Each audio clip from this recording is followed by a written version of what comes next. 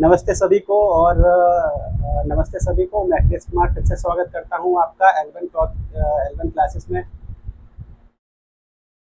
L one classes में जैसा कि दोस्तों पिछले 2 लेक्चर्स में हमने जो सिंधु घाटी सभ्यता से कुछ जो लेक्चर्स थे तो कंप्लीट किए थे, जिसमें लगभग 82 या 83 के आसपास क्वेश्चन हमने कंप्लीट कराए थे।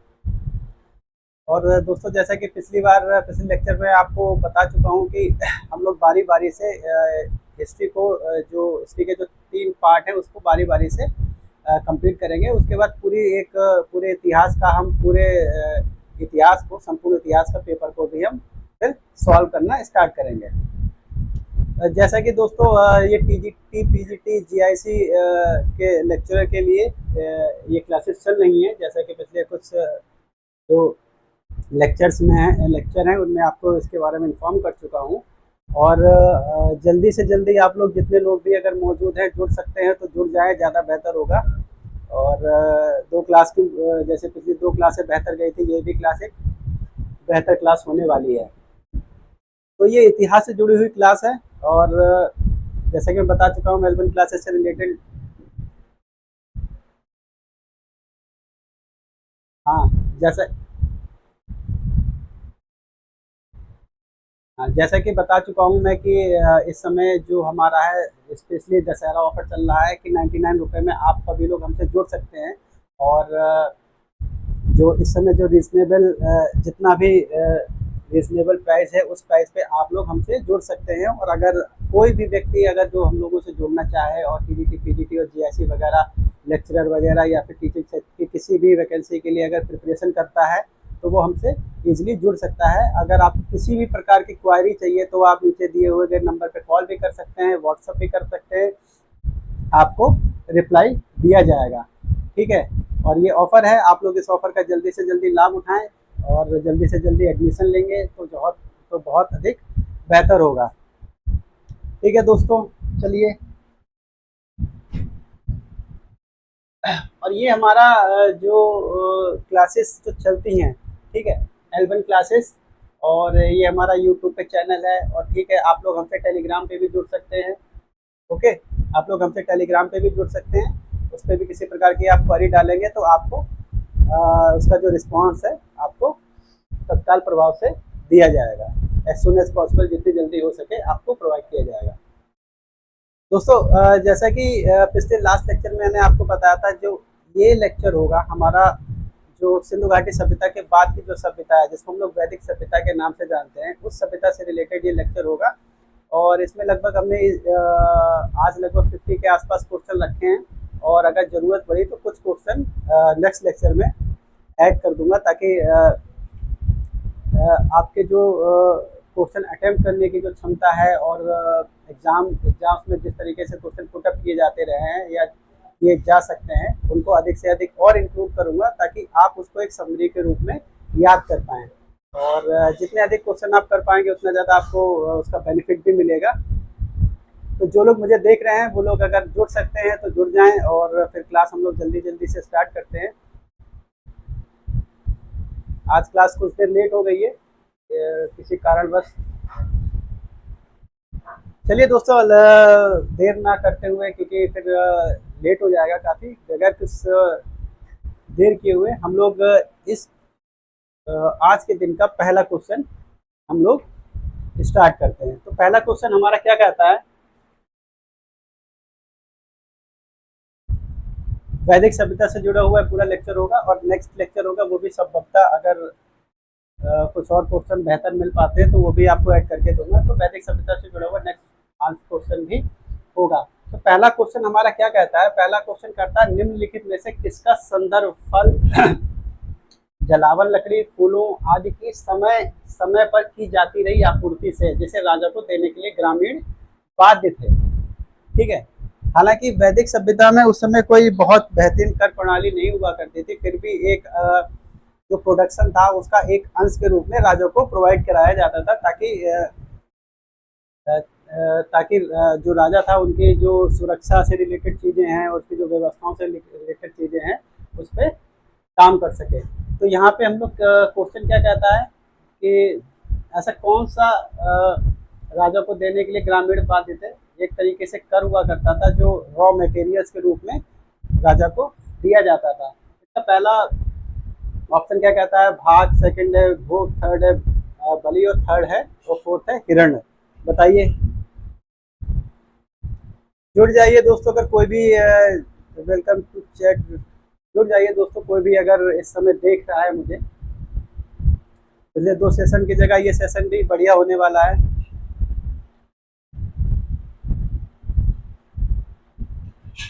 बताइए इसका आंसर क्या हो सकता है? क्या दोस्तों, इसका आंसर सेकंड होगा, भोग। उसको क्या बोलते थे? भोग नाम से, जो रॉ मटेरियल्स के रूप में राजा को समर्पित किए जाते थे, या फिर कह सकते हैं ग्रामीण उसको देने के लिए बाध्य थे। चलो दोस्तों, उठाते हैं सेकंड क्वेश्चन। इसका सेकंड क्वेश्चन क्या कहता है? प्राचीन भारतीय लेखों के अनुसार निम्नलिखित में से कौन सी 2 नदियों के बीच की भूमि को ब्रह्मवट कहलाती थी? यानी कि 2 नदियों की जो भूमि थी उसको किस नाम से उस दौरान जाना जाता था प्राचीन भारतीय लेखों में, स्पेशली जो वैदिक सभ्यता है उस दौरान। पहला सरस्वती नदी और दृश्यवती नदी। इसको यहाँ पे दृश्यवती नदी होना चाहिए था, लेकिन दृश्यवती लिखा हुआ है, कोई बड़ा इशू नहीं है। सेकंड है सरस्वती नदी और सरयू नदी। थर्ड और शताद्री और विपाशा नदी। फोर्थ है गंगा नदी और यमुना नदी। बताइए इसका ऑप्शन क्या हो सकता है?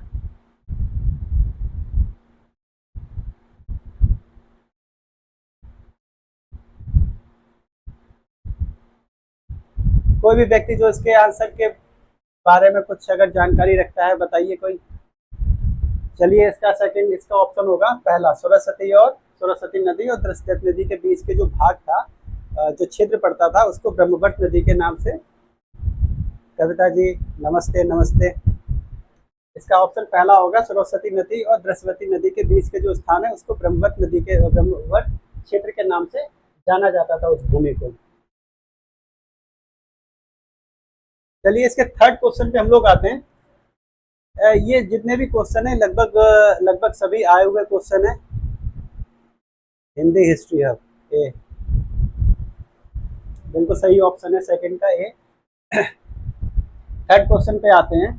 थर्ड क्वेश्चन हमारा क्या कहता है? जो एक तरफ हमारे वेद दिए गए हैं, फिर उससे रिलेटेड जो ब्राह्मण थे उसके बारे में चर्चा हुई है। तो कौन सा ब्राह्मण किस वेद से रिलेटेड है, इसको हमको बिल्कुल सही सुमेलित करना है।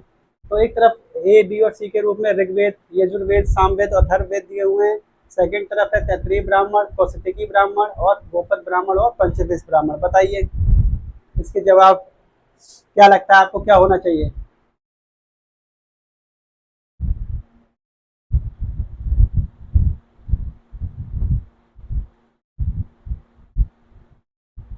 कविता जी बताइए, हिंदी हिस्ट्री अब बताइए इसका जवाब क्या हो सकता है? Question number 3। चलिए, अगर यहाँ पे हम लोग देखते हैं, पहले ऋग्वेद को उठाते हैं। ऋग्वेद से जो जुड़ा हुआ जो ब्राह्मण है, ऋग्वेद से जो जुड़ा हुआ ब्राह्मण है वो क्या है? Second, Ashish Singh, chapter D. ठीक है, ऋग्वेद से जुड़ा हुआ ऑप्शन है सेकंड, कौशिकी ब्राह्मण। ठीक है, ऐत्रेय ब्राह्मण और कौशिकी ब्राह्मण ऋग्वेद से जुड़े हुए हैं। सेकंड नंबर पे आता है यजुर्वेद। यजुर्वेद से जुड़ा हुआ है तैत्तिरीय ब्राह्मण। अथर्ववेद से जुड़ा हुआ है गोपद ब्राह्मण और सी है पंचदश ब्राह्मण। ठीक, सामवेद। अब देखते हैं क्या सुमेलित हो रहा है। ए का सेकंड, ठीक है, इसमें से ए और सी में से ऑप्शन हो सकता है। ए का सेकंड है, बी का फर्स्ट और सी का फोर्थ और डी का थर्ड। कविता जी इसका ऑप्शन होगा सी। गलत आंसर है आपका। Question number 1, question number 3, question number Hindi history है, सी बिल्कुल सही जवाब है। चलिए, थर्ड क्वेश्चन से आगे बढ़ते हैं। जैसा कि मैंने बताया, इसका ऑप्शन 3 होगा। ऋग्वेद के जो ब्राह्मण है वो ऐत्रेय ब्राह्मण और कौशिकी ब्राह्मण की बात हो रही है। यजुर्वेद से तैत्तिरीय ब्राह्मण की बात हो रही है। सामवेद पंचदश ब्राह्मण से जुड़ा हुआ है और अथर्ववेद का ब्राह्मण है गोपद ब्राह्मण। यहाँ पे ध्यान है, अथर्ववेद का ब्राह्मण जो है गोपद ब्राह्मण कई बार पूछा जा चुका है। ठीक है, फोर्थ क्वेश्चन पे आते हैं। फोर्थ क्वेश्चन हमारा क्या कहता है? निम्नलिखित में से कौन सा वैदिक लेख पहली बार पुनर्जन्म के सिद्धांत की प्रणालीगत व्याख्या देता है? ये क्वेश्चन दोस्तों थोड़ा सा ट्रिकी क्वेश्चन है। ट्रिकी क्वेश्चन इस वजह से भी है क्योंकि इस क्वेश्चन को अगर आप लोग एक बार पढ़ेंगे प्लीज थोड़ा गौर से पढ़िएगा और जवाब भी थोड़ा सोच समझ के दीजिएगा। कविता जी बताइए क्या इसका आंसर हो सकता है? आशीष और हिंदी हिस्ट्री ऑफ फोर्थ। कौन सा वैदिक लेख पहली बार पुनर्जन्म के सिद्धांत की प्रणालीगत व्याख्या करता है? प्रणालीगत, ये थोड़ा सा वर्ड यहाँ पे इसका ए, फोर्थ का ए। अच्छा, आप लोगों से थोड़ा सा निवेदन है कविता जी या हिंदी हिस्ट्री हब कि अगर आप लोग इसको देख रहे हैं तो जिस क्वेश्चन का जवाब दिया करें वो क्वेश्चन लिख के जवाब दिए, जैसे फोर्थ का क्या आंसर होगा। ठीक, कारण ये है कि थोड़ा सा जो ऑनलाइन होता है वो रिस्पॉन्ड थोड़ा सा देर में करता है। ठीक, कविता जी ये फोर्थ का आंसर ए कह रही हैं।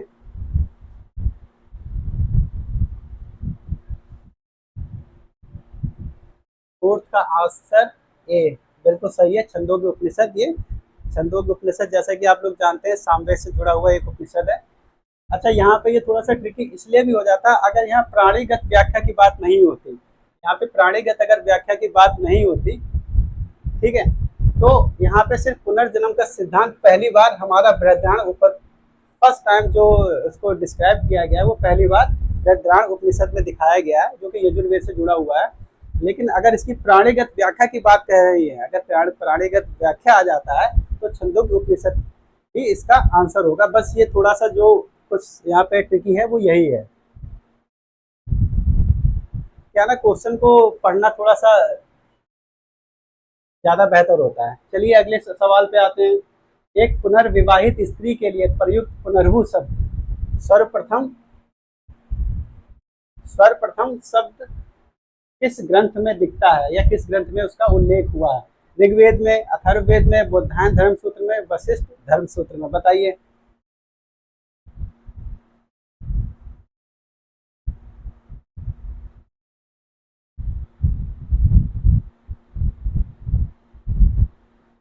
बताइए पांचवें फिफ्थ क्वेश्चन का आंसर। प्रवेश कह रहे हैं बी।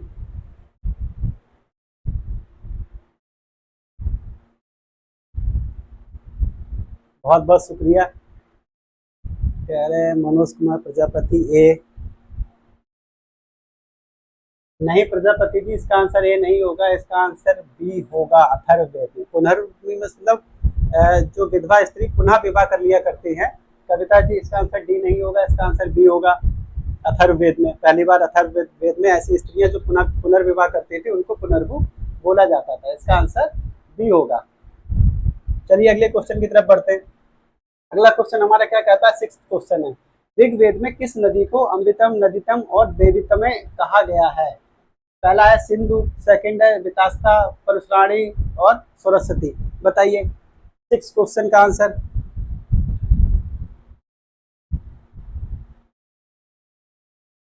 हिंदी हिस्ट्री है फिफ्थ का भी बिल्कुल सही जवाब है। प्लीज बताइए आप लोग इसका आंसर, सिक्स का आंसर क्या हो सकता है?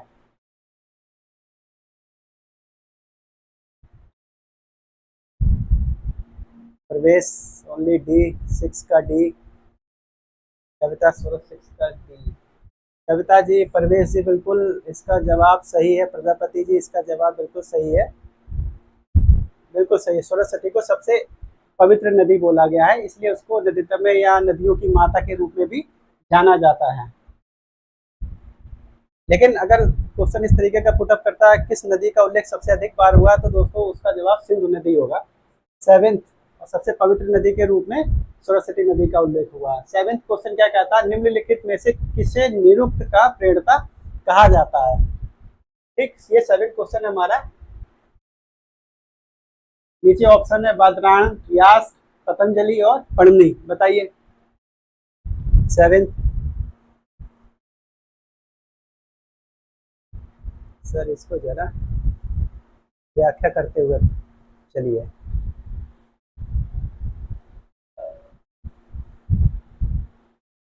प्रवेश ओनली बी, व्यास। प्रवेश अनिल चौधरी बी, कविता सेवन का डी। कविता जी सेवन का डी नहीं होगा, अनिल चौधरी और 7 का सी, 7 का सी भी नहीं होगा। चलिए इसमें अभि चौधरी, मनोज कुमार प्रजापति। अभि चौधरी का जवाब बिल्कुल बिल्कुल ठीक है, यास। काफी बार क्वेश्चन पुटअप किया जा चुका है। यास निरुक्त के पेड़ता कह जाते हैं।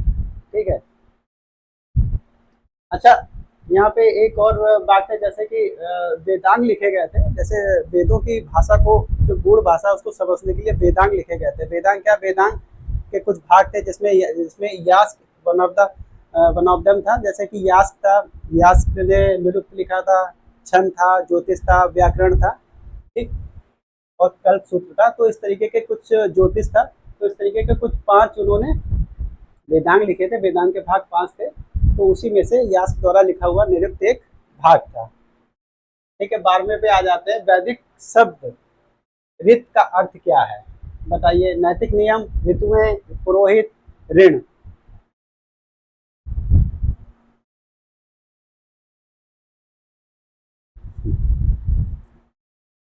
चलिए बताइए। प्रवेश, कविता, मनोज कुमार प्रजापति।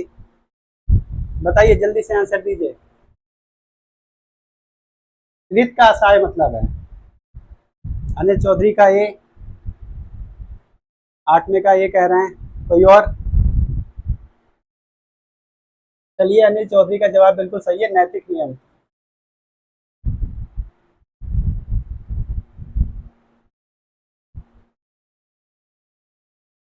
ठीक है, नैतिक नियम।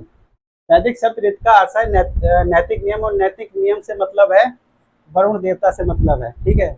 वरुण देवता को ऋतु का जो पोषक बोला जाता है, तो ये वरुण देवता से रिलेटेड है। वरुण देवता को जैसा कि आप लोग जानते हैं असुर के नाम से भी जाना जाता है। ठीक। बहुत अधिक इसको डिस्क्राइब नहीं कर सकते, क्योंकि बहुत अधिक पे बहुत लेक्चर बहुत ज़्यादा लंबा हो जाएगा। और जो मेन मेन पॉइंट है जहाँ से क्वेश्चन कभी कभी और पूछ लिए जाते हैं, तो मैं उसको भी थोड़ा सा इंक्लूड करते चला जा रहा हूँ। अगर यहाँ से आप लोगों का काम नहीं बनेगा तो 50 क्वेश्चन और इंक्लूड कर दूंगा, तो वो उन क्वेश्चनों में वो चीज़ें इंक्लूड हो जाएंगी। ठीक है। 8 का डी, 8 का डी नहीं है, 8 का ए है, नैतिक नियम।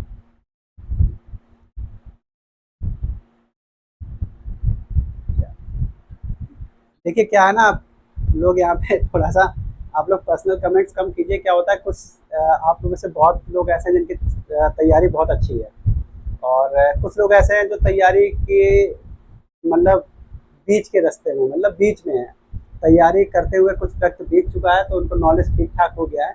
कुछ ऐसे हैं जो भी बिल्कुल स्टार्टिंग में है। ठीक है, स्टार्ट कर रहे हैं। तो जिनका स्टार्ट कर रहे हैं, जो लोग स्टार्ट कर रहे हैं, आप लोग उनकी हौसला अफजाई कीजिए, और इस तरीके कमेंट करेंगे तो वो लोग डिमोरलाइज हो जाएंगे, वो बेहतर नहीं है। प्लीज़, ठीक है, एक दूसरे का सपोर्ट करिए। देखिए, एक दूसरे का सपोर्ट, कॉम्पिटिटिव ज़माना है, यहाँ जॉब मिलना, आजकल गवर्नमेंट जॉब मिलना बहुत मुश्किल है। तो एक दूसरे का सपोर्ट करते रहेंगे नॉलेज के मामले में, तो बहुत बेहतर होगा, आप सभी के लिए बेहतर होगा। ऐसा नहीं है कि यहाँ पे कोई घोल के बैठा हुआ है, ना मैं घोल के बैठा हुआ हूँ, ना आप घोल के बैठे हैं। किसी भी व्यक्ति को किसी भी सब्जेक्ट का पूर्ण नॉलेज नहीं हो सकता है। ठीक। अगर आपका नॉलेज बेहतर है तो आप ये सोचेंगे उसको मैं और बेहतर कर सकूँ। ठीक। नवा क्वेश्चन क्या कहता है? ऋग्वेदिक काल में कोई नियमित भूमि कर नहीं था, और उसका कारण क्या था? क्योंकि लोग एक स्थान पर स्थायी रूप से नहीं बसे हुए थे, सरकार इस संबंध में अनभिज्ञ थी, राज्यों को भूमि का मालिक नहीं समझा जाता था, लोग भूमि कर देने के आदि नहीं थे। कौन सा ऑप्शन होगा? स्नाइथ का सी। हिंदी हिस्ट्री बोल रहे हैं, 9 का सी। कविता जी बताइए। प्रवेश, हमको भी कुछ नहीं आता है सर। चलिए, अच्छी बात है, कुछ नहीं आता है आपको भी।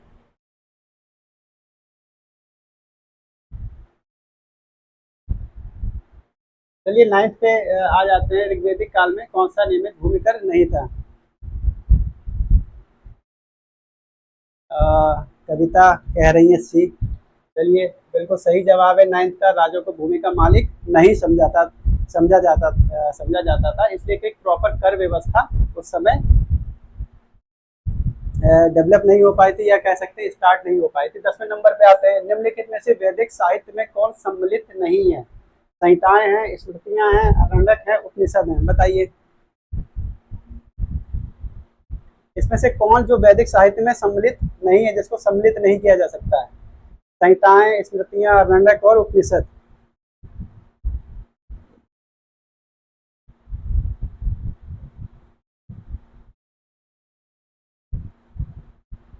प्रवेश, कविता, मनोज, अभय चौधरी।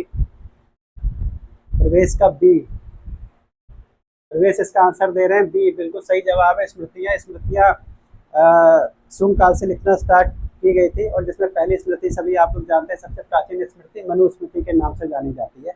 उसके बाद बहुत सी यज्ञवालक स्मृति है, नारद स्मृति है, पराशर स्मृति है, बहुत सारी स्मृतियां लिखी गई हैं। ठीक है, 11वें क्वेश्चन पे आते हैं। निम्नलिखित में से कौन वेदांग का हिस्सा नहीं है? जैसे मैंने वेदांग का हिस्सा बताया था, जो वेदों को जो गूढ़ भाषा थी उसको समझने के लिए इसका इस्तेमाल किया गया था, इसलिए इसको लिखा गया था। तो बताइए, पहला है ज्योतिष, कल्प, निरुक्त और आगम। इसमें से कौन सा हिस्सा है जो वेदांग का हिस्सा नहीं है? अभय चौधरी। 11वें का डी, आगम। 11th का डी, आगम, बिल्कुल सही जवाब है आगम। ये जैन जैन से संबंधी है, जैन संबंधी है। ठीक है, 12th पे आते हैं। निम्नलिखित में से किस वेद की रचना गद्य और पद्य दोनों में की गई है, जिसका उसका नाम है ऋग्वेद, सामवेद, यजुर्वेद और अथर्ववेद? कविता आंसर दे रही है डी, 12 का 11 का डी, बिल्कुल सही जवाब है। 12 का जवाब दीजिए। अभय चौधरी सी, अभय चौधरी तेजी से रिस्पॉन्ड कर रहे हैं। इसका जवाब सी है, प्रवेश ओनली सी। प्रवेश का जवाब भी सही है, सी। ठीक है, इसका आंसर है सी। ये दो पार्टों में डिवाइड है। ठीक है, एक कृष्ण में डिवाइड है, एक,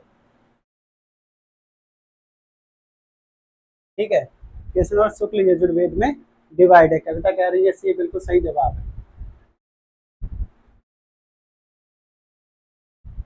ठीक है, आगे आ जाते हैं 13वें क्वेश्चन पे। 13वां क्वेश्चन हमारा क्या कहता है? 13वां क्वेश्चन कहता है, निम्नलिखित में से कौन सा ग्रंथ भारतीय गणित का प्राचीनतम ग्रंथ है या प्राचीनतम साक्ष्य उपलब्ध कराता है? आरण्यक है, धर्मसूत्र है, निरुक्त है, शुल्ब सूत्र है? बताइए। 13, क्वेश्चन नंबर 13।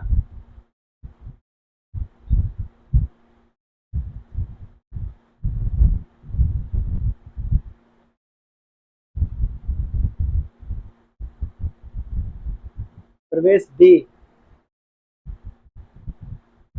कविता डी। चलिए, इसका 13 बिल्कुल सही है। शुल्ब सूत्र का मतलब होता है, शुल्ब का मतलब होता है नापने की दूरी। ठीक, 13 का सी। मनोज जी, हिंदी हिस्ट्री 13 के सी नहीं होगा, 13 का डी होगा। अभी चौधरी 13 के डी, बाकी सही लोग सबका सही जवाब है 13 का डी।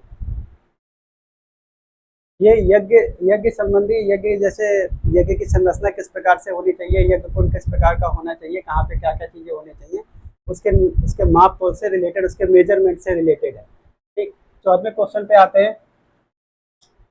इसमें आपको सुमेलित करना है। ठीक है, कौन कौन जो वेद थे उनका जो यज्ञ संबंधी प्रक्रिया थी, उनको कराने वाले जो पुरोहित थे उनको किस नाम से जाने जाते थे? पीजीटी का एग्जाम पोस्टपोन हो गया है सर। हाँ, बिल्कुल बिल्कुल। हाँ, काफ़ी समय से यही स्थिति चल रही है। क्या कर सकते हैं, हम लोगों के हाथ में कुछ नहीं है, तो गवर्नमेंट और आयोग के हाथ में है यार। क्या करें हम लोग? पढ़ सकते हैं बस, पढ़ सकते हैं और दूसरी चीज़ उम्मीद कर सकते हैं। चलिए, 14 में क्या कहते हैं? कुछ दिए हुए हैं, चारों वेद दिए हुए हैं और उनके जो पुरोहित है जिनका नाम दिया हुआ है। बताइए क्या हो सकता है? प्रवेश जी कह रहे हैं सभी सुमेलित हैं, डी। अभी चौधरी कह रहे हैं डी। तो ऋग्वेद का, ठीक है, यजुर्वेद का सेकंड, सामवेद का थर्ड, अथर्ववेद का ब्रह्मा, ऋग्वेद का होता। ठीक है, वो क्रम वाइज 1 2 3 4। इसका आंसर होगा पहला। और 14 का है, बिल्कुल सही जवाब है, 14 का है। सर एलटी ग्रेड का एग्ज़ाम होगा टाइम से।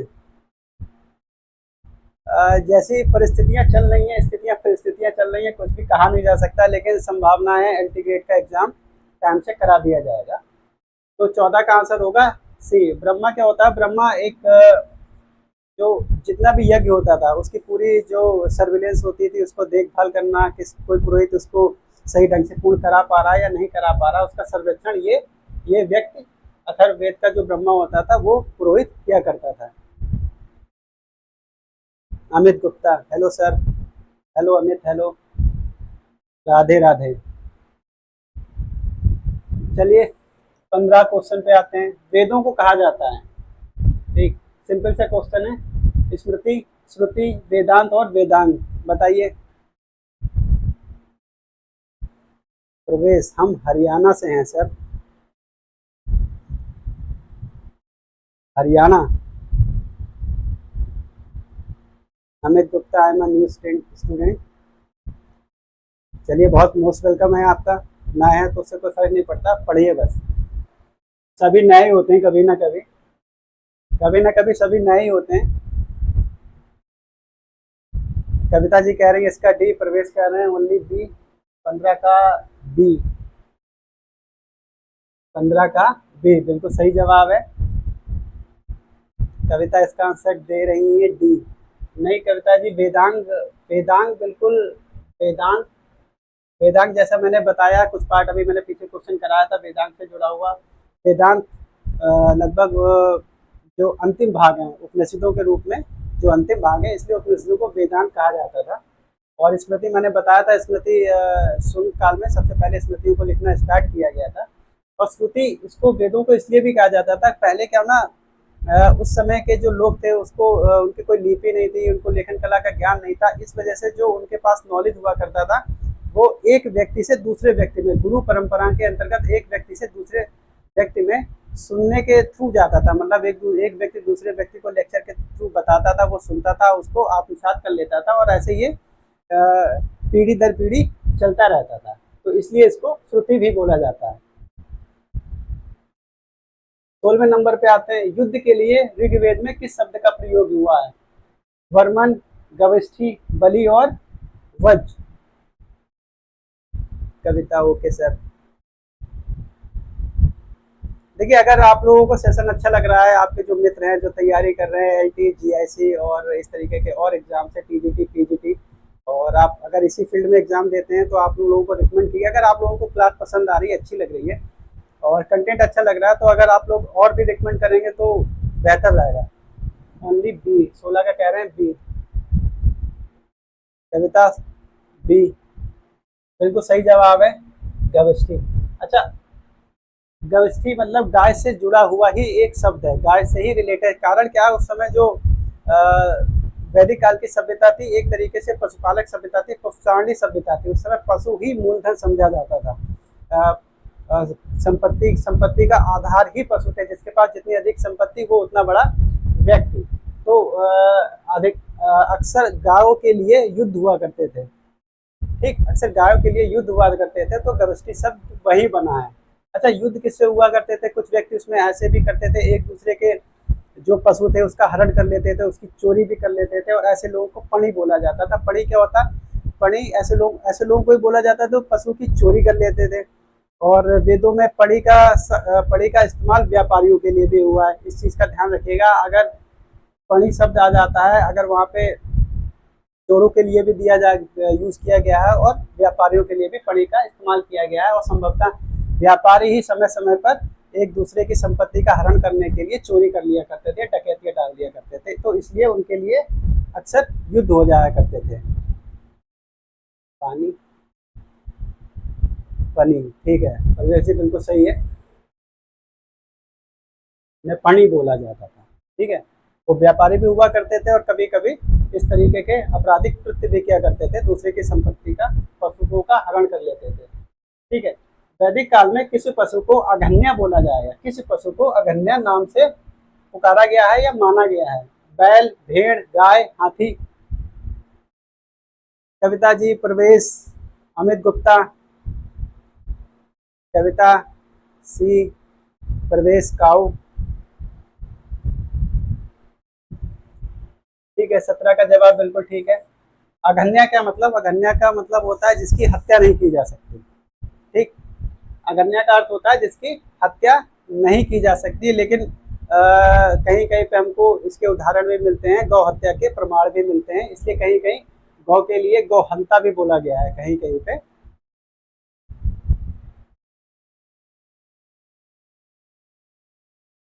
18वां है, 18वां क्या कह रहा है? ऋग्वैदिक काल में निम्नलिखित में से कौन सी प्रथा प्रचलित नहीं थी? दहेज प्रथा, वधु मूल्य, विधवा विवाह और बाल विवाह। कौन सी प्रथा उस समय प्रचलित नहीं थी? 18वां क्वेश्चन।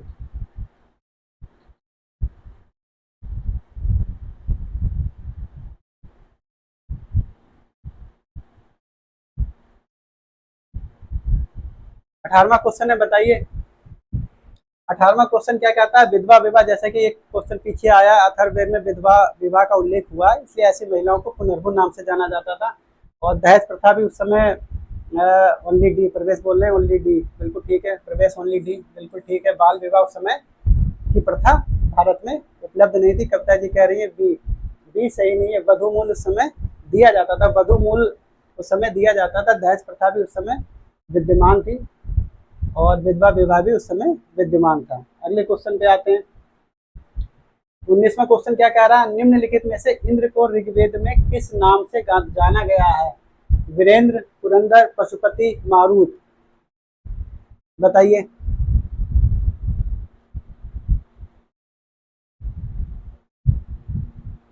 देखिए, जो लोग बच्चे नए हैं, जो अभी प्रिपरेशन में नए नए आए हैं, उनके लिए क्लास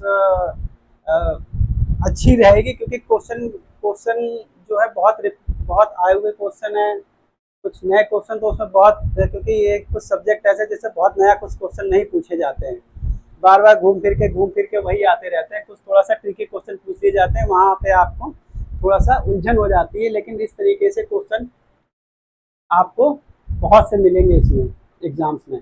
इंद्र को ऋग्वेद में किस नाम से जाना गया है? कविता आंसर दे रही है बी, प्रवेश आंसर दे रहे हैं बी, बिल्कुल सही है, पुरंदर। इंद्र को कई नाम से जाना गया है।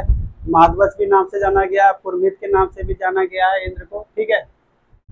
और इंद्र उस समय ऋग्वेदिक काल में सबसे प्रमुख देवता के रूप में इनकी गणना होती थी। ये और सेकंड पे अग्नि देवता थे, जैसे आप सभी लोगों को पता होगा। थर्ड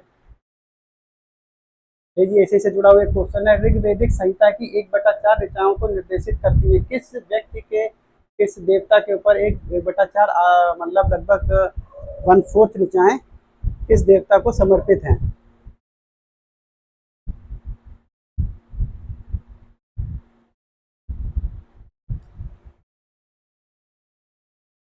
बताइए। रुद्र, मारुत, अग्नि और इंद्र। ठीक है, चलिए इसका जवाब होगा इंद्र। जैसा मैंने अभी बताया, सबसे मुख्य देवता थे। 20 का डी सबसे मुख्य देवता थे। और नमस्ते अखिलेश, नमस्ते। सबसे अधिक बार इनका जिक्र हुआ है, लगभग 250 सूक्तों में इनका जिक्र हुआ है इंद्र का, तो ये सबसे प्रमुख देवता थे। ठीक है, चलिए अगले पे आते हैं।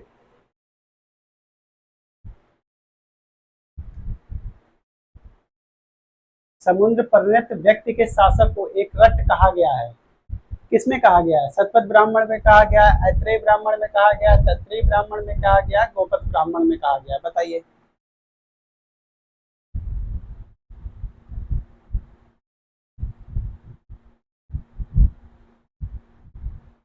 अखिलेश 21 का बी,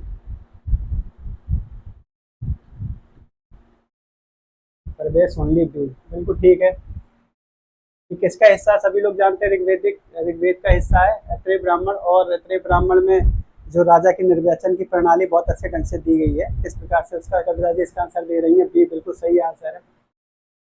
देखिए, पढ़ते रहेंगे कंटिन्यूसली, अगर आप स्टडी में रहेंगे तो नॉलेज आपका घटेगा नहीं, बढ़ता ही रहेगा। और जितना ज़्यादा आप पढ़ेंगे और लोगों से, ऐसे लोगों के बीच में रहेंगे, ऐसे संपर्क में रहेंगे जो प्रॉपर स्टडी में है, तो नॉलेज आपको उन लोगों से भी कुछ ना कुछ मिलता रहेगा। कंपटीशन का ज़माना है, थोड़ा सा कॉम्पिटिटिव होना पड़ता है। ठीक। अयोध्या का सर्वप्रथम उल्लेख हमको कहाँ मिलता है? रामायण में, महाभारत में, ऋग्वेद में, अथर्ववेद में, बताइए 22।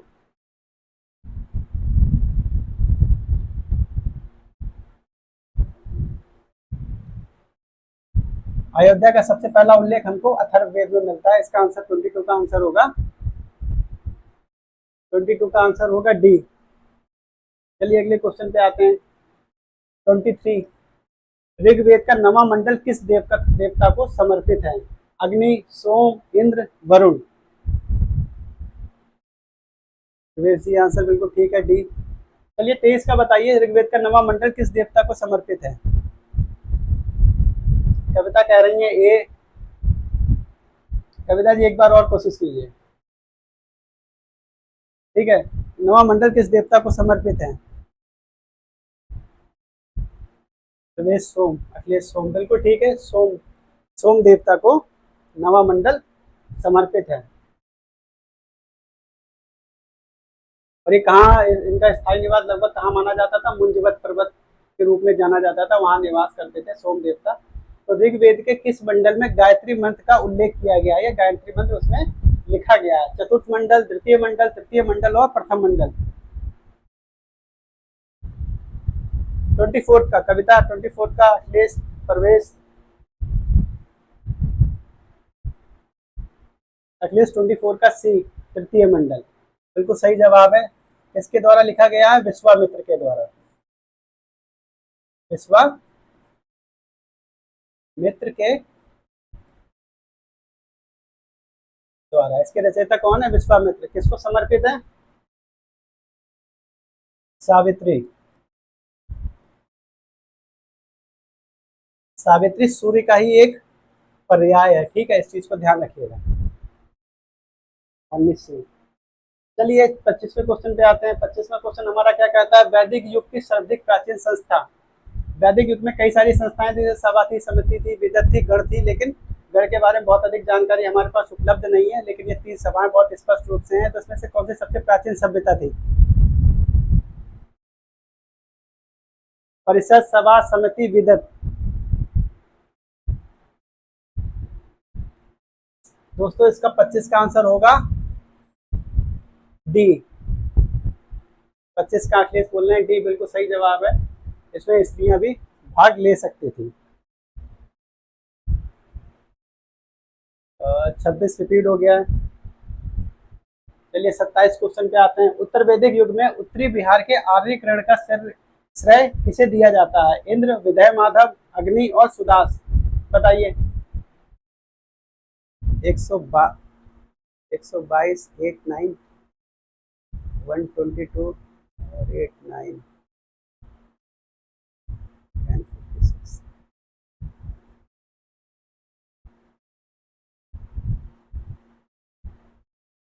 ट्वेंटी सेवन का बी, विधेय माधव। 27 का इसका बी जवाब होगा। 8.25 में, समिति में 9, बिल्कुल सही है प्रवेश। 8.25 का सभा में 8, सभा का 8 बार उल्लेख किया गया है और समिति का 9 बार उल्लेख। कविता किसका जवाब दे रही है? बी, 27 का बिल्कुल सही है। कहाँ इसका उल्लेख हुआ है? शतपथ ब्राह्मण में, ठीक है। विजय माधव की कथा का उल्लेख शतपथ ब्राह्मण में हुआ है, ठीक। 28वां कहाँ क्वेश्चन क्या कहता है? 10 राजाओं के युद्ध का विजयी राजा सुदास निम्नलिखित में से किस जन से समृद्ध था? जैसे पुरु, अनु, यदु, त्रित्सु। बताइए। कविता पी, ठीक है। इसका तो 28 का दोस्तों इसका जवाब होगा त्रित्सु, ठीक है। 10 राजाओं के युद्ध का विजेता राजा सुदास। 28 का डी बिल्कुल सही जवाब है अखिलेश, बिल्कुल सही जवाब है। 29 पे आते हैं। 10 राजाओं के विख्यात युद्ध। प्रवेश डी बिल्कुल ठीक है प्रवेश। 10 राजाओं के विख्यात युद्ध में निम्नलिखित में से कौन विजित हुआ था? कौन विजयी हुआ था? दिवोदास, सुदास और तुर्बसगण और यदुगण। बताइए। 29वां क्वेश्चन है ये, बताइए आप लोग।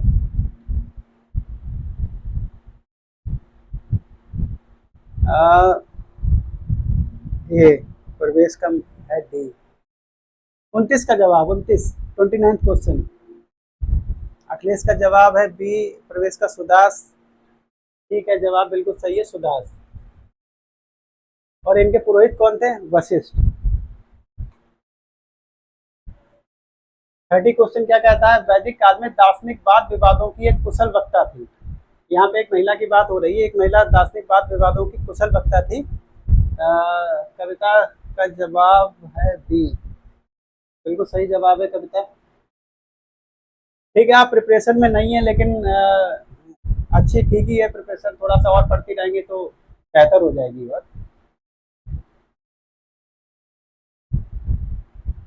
वैदिक काल में दार्शनिक वाद विवादों की कुशल वक्ता थी। मैत्रेयी, गार्गी, घोषा और अपाला। बताइए।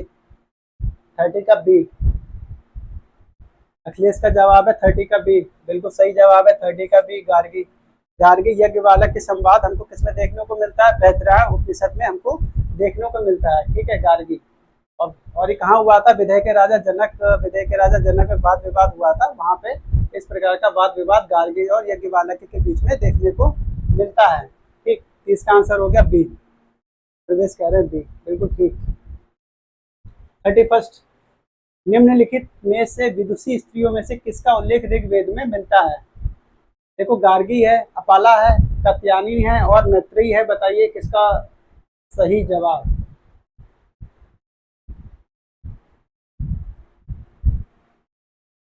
ऋग्वेद में मिलता है। ठीक, कविता इसका जवाब दे रही है बी, प्रवेश इसका जवाब दे रहे हैं बी। ठीक है, 31 का जवाब कविता बिल्कुल सही है, अपाला।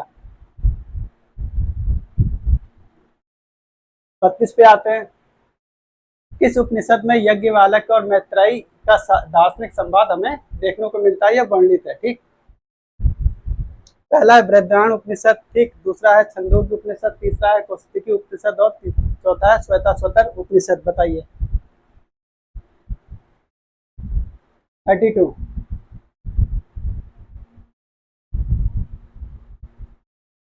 प्रवेश कंफ्यूज, ये 32 में अखिलेश 32 का ए। अखिलेश इसका जवाब दे रहे हैं 32 का ए, जो बिल्कुल सही जवाब है। बृहदारण्यक उपनिषद में इसका उल्लेख हुआ गया है। ये मैत्रेयी यज्ञवालक की पत्नी थी, उनसे उनका दार्शनिक वाद विवाद, जो वाद विवाद कह सकते हैं, दार्शनिक संवाद होता है। प्रवेश इसका जवाब दे रहे हैं बी। सर, इसका जवाब बी नहीं होगा, प्रवेश इसका जवाब बृहदारण्यक उपनिषद है। ठीक, अखिलेश का जवाब बिल्कुल सही है। तो 37 पे आते, 33 पे आते हैं। 33 हमारा क्वेश्चन क्या कहता है? ऋग्वेद के किस देवता को असुर उपाधि दी गई है? ऋग्वेद में किस देवता को असुर की उपाधि दी गई है? इंद्र, वरुण, अग्नि और रुद्र।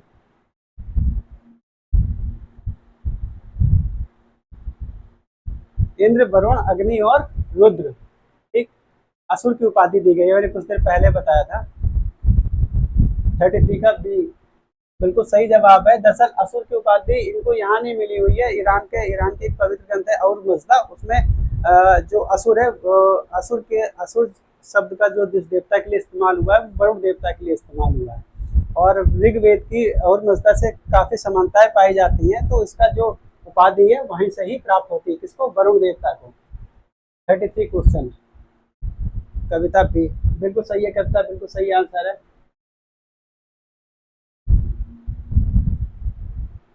35 पे आते हैं। निम्नलिखित में से किस वेद में आहुति या बलिदान संबंधी सूत्र समाहित हैं? एक ऋग्वेद है, अथर्ववेद है, सामवेद है, यजुर्वेद है। बताइए। प्रवेश, यस सर। हर हर महादेव सर जी। प्रवीण कुमार, हर हर महादेव, प्रवीण कुमार, हर हर महादेव। 35 है। निम्नलिखित में से किस वेद में आहुति या बलिदान संबंधी सूत्र समाहित है? Rigveda, Atharvaveda, Samaveda, Yajurveda. Praveen Kumar, good evening, good evening. Pravesh 35 का बलिदान संबंधी, प्रवेश कह रहे हैं बी। प्रवेश एक बार और कोशिश करिए, इसका आंसर बी नहीं है, बलिदान संबंधी। प्रवेश कुमार कह रहे हैं बी, कविता कह रही है बी। एक बार आप लोग और बलिदान आहुति बलिदान संबंधी बात हो रही है। प्रवीण कुमार कह रहे हैं बी।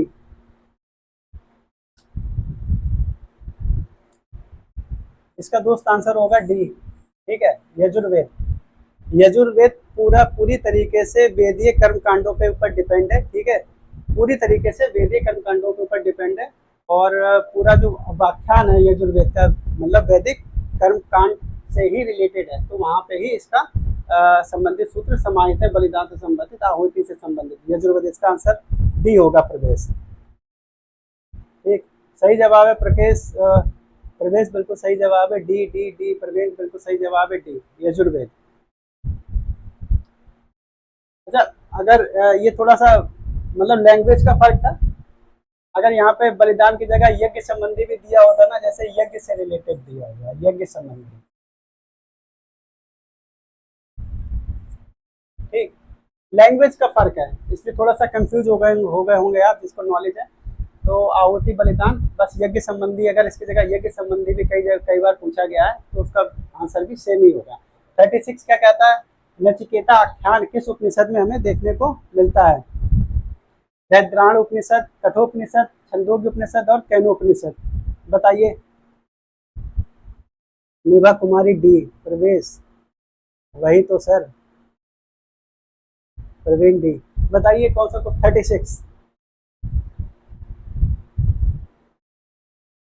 विभा कुमारी बताइए इसका 36 का 36। आप लोग क्या कीजिए ना, जवाब देते समय उसका नंबर लिख दिया कीजिए, थोड़ा सा समझने में आसानी हो जाती है, क्योंकि थोड़ा रिस्पॉन्ड देर में करता है। निभा कुमारी कह रही है सी, छंदोग्य उपनिषद, और प्रवेश कह रहे हैं ओनली बी, कठोपनिषद। कोई और? प्रवेश बिल्कुल सही है, कठोपनिषद में इसका जिक्र हुआ है, नचिकेता आख्यान। ठीक है, यम के साथ नचिकेता का आख्यान हुआ था, तो वहाँ पे उसमें ज्ञान मार्गी और आत्मा परमात्मा के बारे में बात संवाद हुआ था। बाल खिल्य का संबंध किस वेद से है? क्वेश्चन है, बाल खिल्य का संबंध किस वेद से है? ऋग्वेद से, सामवेद से, यजुर्वेद से और अथर्ववेद से। बताइए।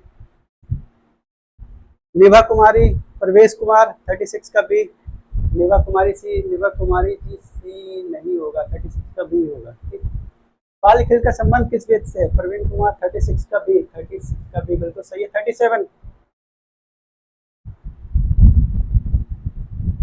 37 का ए। प्रवीण कुमार बोल रहे हैं 37 का ए बिल्कुल सही जवाब है। बाल खिल की संख्या कितनी है? 11। ठीक, इसकी संख्या कितनी है? 11। प्रवेश बोल रहे हैं 11 बाल खिल। ठीक है, बिल्कुल सही जवाब है प्रवेश। अगले क्वेश्चन पे आते हैं। 38 क्या कह रहा है? 4 वर्णों का उल्लेख सर्वप्रथम कहाँ हुआ है? तो ऋग्वेद के प्रथम मंडल में, ऋग्वेद के द्वितीय मंडल में, ऋग्वेद के नवम मंडल में, ऋग्वेद के दसम मंडल में। बहुत बार क्वेश्चन पूछा गया, लगभग हर एग्जाम में कई बार क्वेश्चन आ चुका है, रिपीटेड क्वेश्चन है। बताइए आप लोग।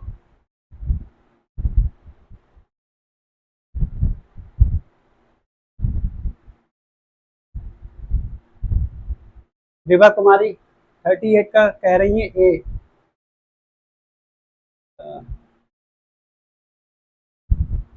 प्रवीण कुमार 30 का ए, 38 का। प्रवेश ओनली डी। ठीक है, विभा जी इसका आंसर होगा डी, दसम मंडल, याद नहीं, 10वें मंडल में निभा कुमारी, 10वें मंडल में। ठीक है, और पहला और आखिरी मंडल सबसे अंत में जोड़ा गया। 38 का डी, 38 का डी बिल्कुल सही जवाब है। और द्वितीय जो मंडल है, द्वितीय से लेकर 7वें मंडल को वंश मंडल के नाम से जाना जाता है। वो इसलिए भी जाना जाता है कि प्रत्येक मंडल अलग अलग ऋषियों द्वारा एनबीडी, ठीक है, अलग अलग ऋषियों द्वारा रचित है, इस वजह से। सतलुज नदी का प्राचीन नाम क्या? बताइए। वितास्ता, सुताद्री, विपाशा, अस्कनी। बताइए। फाहिया एनबी डी। प्रवीण कुमार जे। 39 का, सतलुज नदी का प्राचीन नाम क्या? वितास्ता, सुताद्री, विपाशा, अस्कनी। बताइए। प्रवेश बोल रहे हैं इसका आंसर बी है, बिल्कुल सही जवाब है। 39 का ऑप्शन बी है, ये शेनाब नदी के नाम से जानी जाती है। ठीक, विपाशा का व्यास है ये झेलम नदी।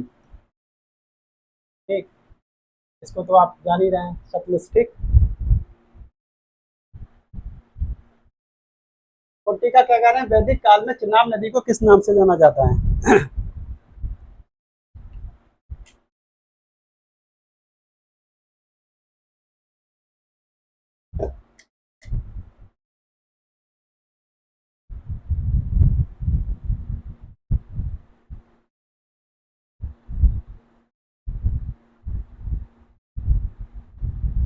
हाँ प्रवेश जी बिल्कुल सही है। 40 में क्या कह रहा है, वैदिक काल में चिनाब नदी को किस नाम से जाना जाता है? अभी पिछले क्वेश्चन में इसका आंसर मैंने बताया था, अस्किनी। ठीक, परशुरानी रावी नदी, परशुरानी को रावी नदी के नाम से जाना जाता है, और इसी नदी के किनारे, रावी नदी के किनारे ही जो निभा कुमारी कह रही है डी, बिल्कुल सही जवाब है निभा। और परशुरानी नदी के किनारे ही दसराग युद्ध हुआ था। अखिलेश कह रहे हैं 40 का डी, बिल्कुल सही है अखिलेश, बिल्कुल सही है। निभा बिल्कुल सही है। अगले क्वेश्चन पे आते हैं 41 पे। निम्नलिखित में से कौन पूर्व वैदिक काल में विनिमय का लोकप्रिय माध्यम था? विनिमय मतलब एक्सचेंज, लेन देन के मामले में किसका प्रयोग किया जाता था? सोने का टुकड़ा, चांदी का टुकड़ा, सिक्का और गाय। बताइए। प्रवीण, निभा, प्रवेश, कविता।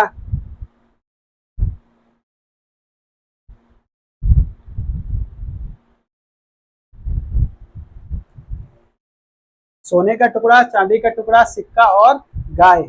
विनिमय यानी कि एक्सचेंज के रूप में उनका इस्तेमाल होता था, लेन देन के रूप में उसका इस्तेमाल होता था, ट्रेड्स में उसका इस्तेमाल होता था। प्रवेश कह रहे हैं डी, 41 का डी। प्रवेश का जवाब है 41 का डी। प्रवीण का कह रहा है 41 का डी, बिल्कुल सही है। दोनों का जवाब बिल्कुल सही है, गाय। क्योंकि संपत्ति के रूप में पशु ही उनके पास एक धन हुआ करते थे, जिसमें गाय बहुत अधिक महत्व लोगों के लिए रखती थी। 42 का क्या कह रहा है? निभा कुमारी डी, बिल्कुल सही जवाब है 41 का डी। चलिए, किस उपनिषद में चारों आश्रमों का सर्वप्रथम उल्लेख हुआ है? किस उपनिषद में? मंडूक उपनिषद, बृहद्राण उपनिषद, जवालो उपनिषद और छंदोग्य उपनिषद। बताइए, चारों वर्णों का जिसमें उल्लेख हो रहा हो।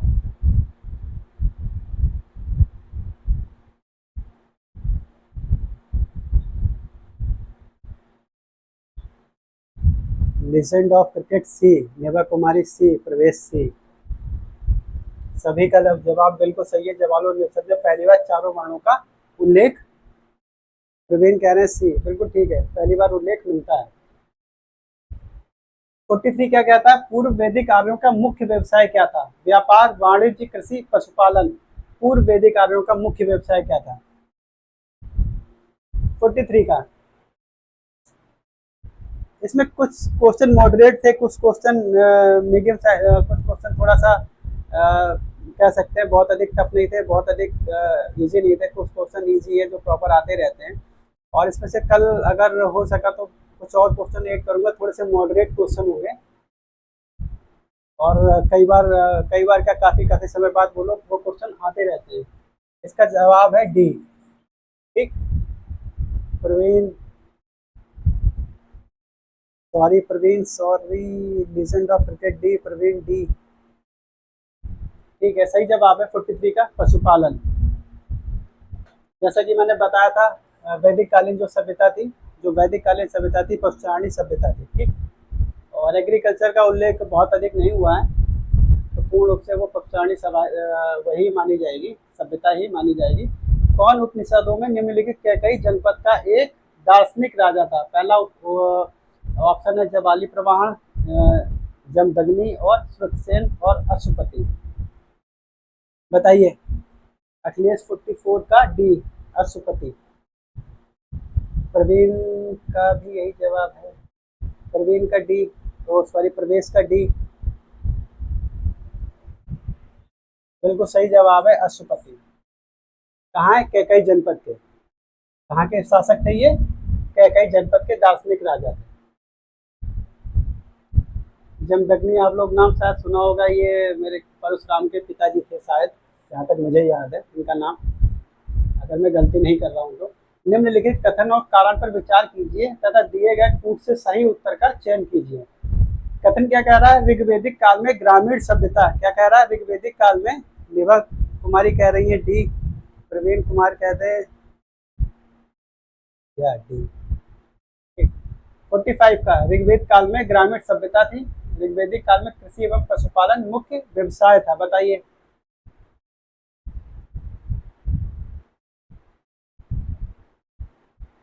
कौन सा सही हो सकता है? ए आर दोनों सही हैं, आर ए की सही व्याख्या करता है, ठीक। ए और आर दोनों सही हैं, आर ए की सही व्याख्या नहीं करता। ए सत्य है किंतु आर गलत है, ए सत्य असत्य है किंतु आर सत्य है। बताइए 45। प्रवीण का आंसर है ए।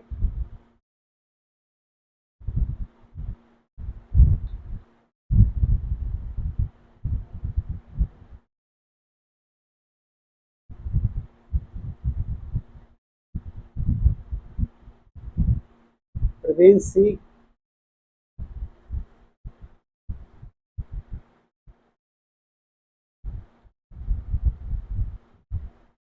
बताइए कोई और।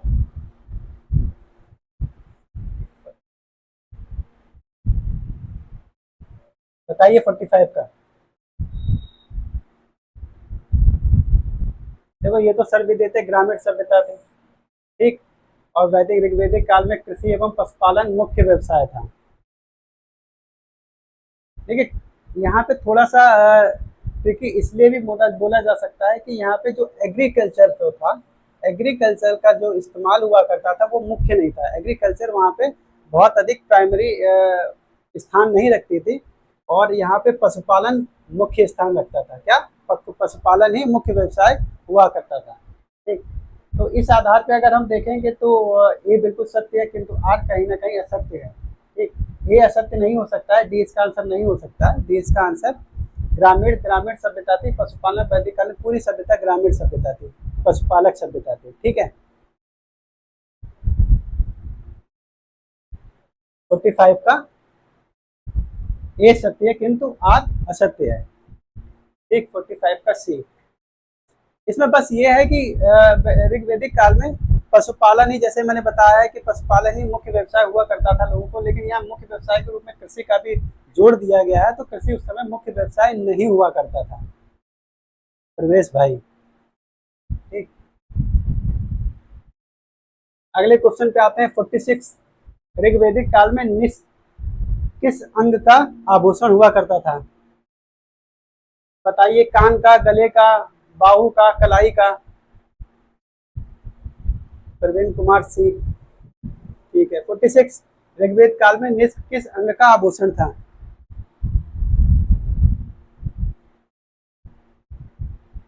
देखिए अगर आप लोगों को, जैसे मैं बार बार रिपीट कर रहा हूँ, अगर आप सभी लोगों को मेरी क्लास अच्छी लग रही है, कंटेंट अच्छा लग रहा है और आप लोगों को चीज़ें भी समझ में आ रही है, तो आप अपने और दोस्तों को भी रिकमेंड कर सकते हैं, साथ में ला सकते हैं। और अगर हमसे जुड़ना चाहते हैं, एडमिशन लेना चाहते हैं, मैंने बताया कि 99 के रीजनेबल प्राइस में आप लोग हमसे जुड़ सकते हैं। और चलिए 46 का प्रवीण कुमार कह रहे हैं बी बिल्कुल सही जवाब है।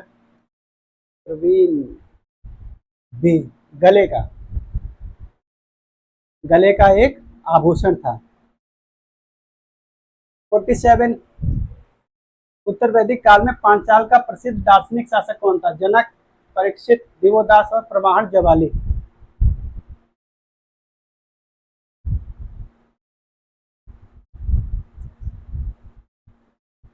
प्रवेश क्लास वैसे 8 लगभग 10:15 के आसपास शुरू होती है। आज थोड़ी सी लेट हो गई थी, 10:30 बजे के आसपास,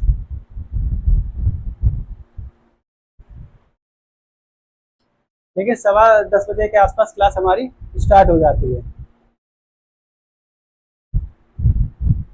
बताइए 47 का, जनक, परीक्षित, देवोदास, प्रमाण जवाली, उत्तर वैदिक काल में पांचाल का प्रसिद्ध दार्शनिक शासक कौन था? चलिए दोस्तों, इसका जवाब होगा प्रवाहर जबाली। प्रवेश इसका आंसर दे रहे हैं बी। नहीं, प्रवेश, इसका आंसर बी बिल्कुल सही नहीं है। एक बार फिर से सोचिएगा। उत्तर वैदिक काल में पांचाल का प्रसिद्ध दार्शनिक शासक कौन था? जनक, परीक्षित, दिवोदास और प्रमाण जवाली। इसका आंसर डी, इसका आंसर डी सही होगा। प्रवेश डी, प्रवीण डी बिल्कुल सही है। चलिए 48 पे आते हैं। सभा और समिति को प्रजापति की दो पुत्रियां कहा गया। किसमें कहा गया? ऋग्वेद में, यजुर्वेद में, सामवेद में और अथर्ववेद में। निभा कुमारी कह रही है डी। पिछले क्वेश्चन का आंसर डी है 47 का। निभा कुमारी बिल्कुल सही जवाब है। कंफ्यूज हो रहे थे डी। कोई बात नहीं, कोई बात नहीं, कंफ्यूजन तो बहुत बड़ा इशू नहीं है, अक्सर को जल्दबाजी में हो जाता है। सभा और समिति को प्रजापति की दो पुत्रियां कहा गया है। प्रवेश का जवाब है डी। और कोई? प्रवीण कह रहे हैं डी। सभी बिल्कुल सही जवाब दे रहे हैं। अथर्ववेद में सभा और समिति को प्रजापति की दो पुत्रियां कहा गया है। सतपथ ब्राह्मण में विस्तार से वर्णन किया गया है। क्या है? सतपथ ब्राह्मण में विस्तार से वर्णन किया गया है वैदिक और सॉरी धार्मिक कर्मकांड का, यज्ञ का, देवताओं की प्रार्थनाओं का और कृषि कर्मकांड का। बताइए। हरियाणा से हैं भाई।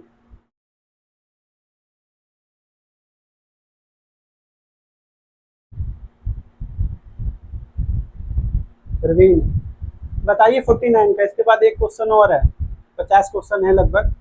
और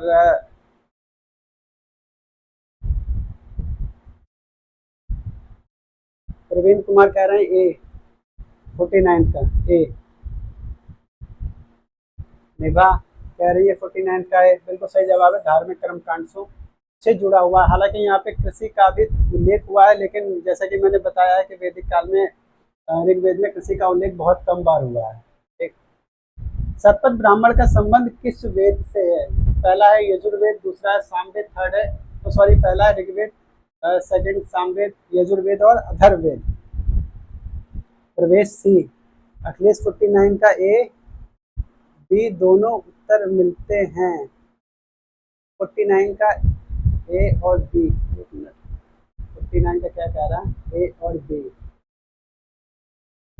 हाँ दोनों उत्तर मिलते हैं, लेकिन वैसे ना क्वेश्चन प्रवेश क्वेश्चन के ऊपर डिपेंड करता है ना। मैंने जैसे बताया ना, क्वेश्चन सतपथ ब्राह्मण में विस्तार से वर्णन किया गया है, जिसका काफी विस्तार पूर्वक वर्णन किया गया है, वो धार्मिक कर्मकांडों से ही जुड़ा हुआ है। और अगर ए और बी धार्मिक कर्मकांड किससे जुड़े हुए होते हैं, अगर कह सकते हैं वो यज्ञ पद्धति से भी जुड़े हो सकते हैं, लेकिन धार्मिक कर्मकांड एक बहुत बड़ा कॉन्सेप्ट है और यज्ञ उसका एक छोटा सा हिस्सा है। ठीक है, तो इस लिहाज से, इस तर्क के हिसाब से इसका आंसर ए ही सही होगा। 50 का सी,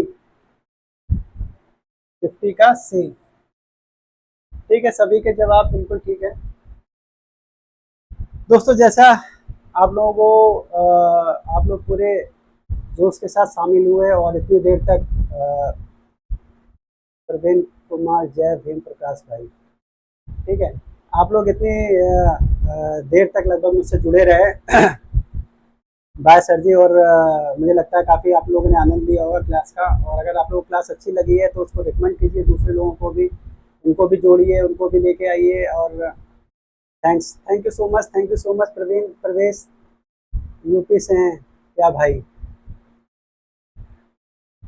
ठीक, आप लोग और लोगों को भी जोड़िए, बहुत बेहतर रहेगा अगर आप लोग और लोग जुड़ेंगे। अगर आप लोग हमसे जुड़ना चाहते हैं तो हमसे कांटेक्ट कर सकते हैं, टेलीग्राम पे भी कर सकते हैं, यूट्यूब पे भी कर सकते हैं, कॉल द्वारा भी आप लोग हमसे जुड़ सकते हैं। अगर आपको कोई भी क्वारी है, आपको सब्जेक्ट से रिगार्डिंग कोई क्वारी है, एडमिशन के रिगार्डिंग कोई क्वारी है,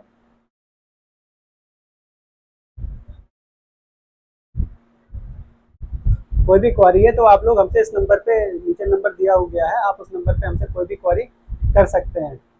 खैर दोस्तों, आज का सेशन हम लोग यही समाप्त करते हैं। कल हम एक नए लेक्चर में फिर से शामिल होंगे और हो सकता है कि इसी लेक्चर से जुड़े हुए कुछ और मॉडरेट क्वेश्चन मैं इंक्लूड करूं। ठीक, अगर आप लोगों को सेशन अच्छा लगा हो, लाइक कीजिए, फॉरवर्ड कीजिए, दूसरे लोगों को भी इससे जोड़ने के प्रयास कीजिए। और ज़्यादा से ज़्यादा आप लोग हमसे जुड़ेंगे तो आप लोगों को उसका बेनिफिट भी अगले एग्जाम्स में देखने को मिलेगा। तो तब तक के लिए दोस्तों गुड नाइट। कल फिर आपसे मुलाकात होती है, यही 10 साढ़े 10 बजे के आसपास आपसे मुलाकात होगी, आप लोगों को सूचित कर दिया जाएगा। ठीक है, तब तक के लिए गुड नाइट, शुभ रात्रि। हाँ प्रवेश, टॉपिक वाइज ही लेना है।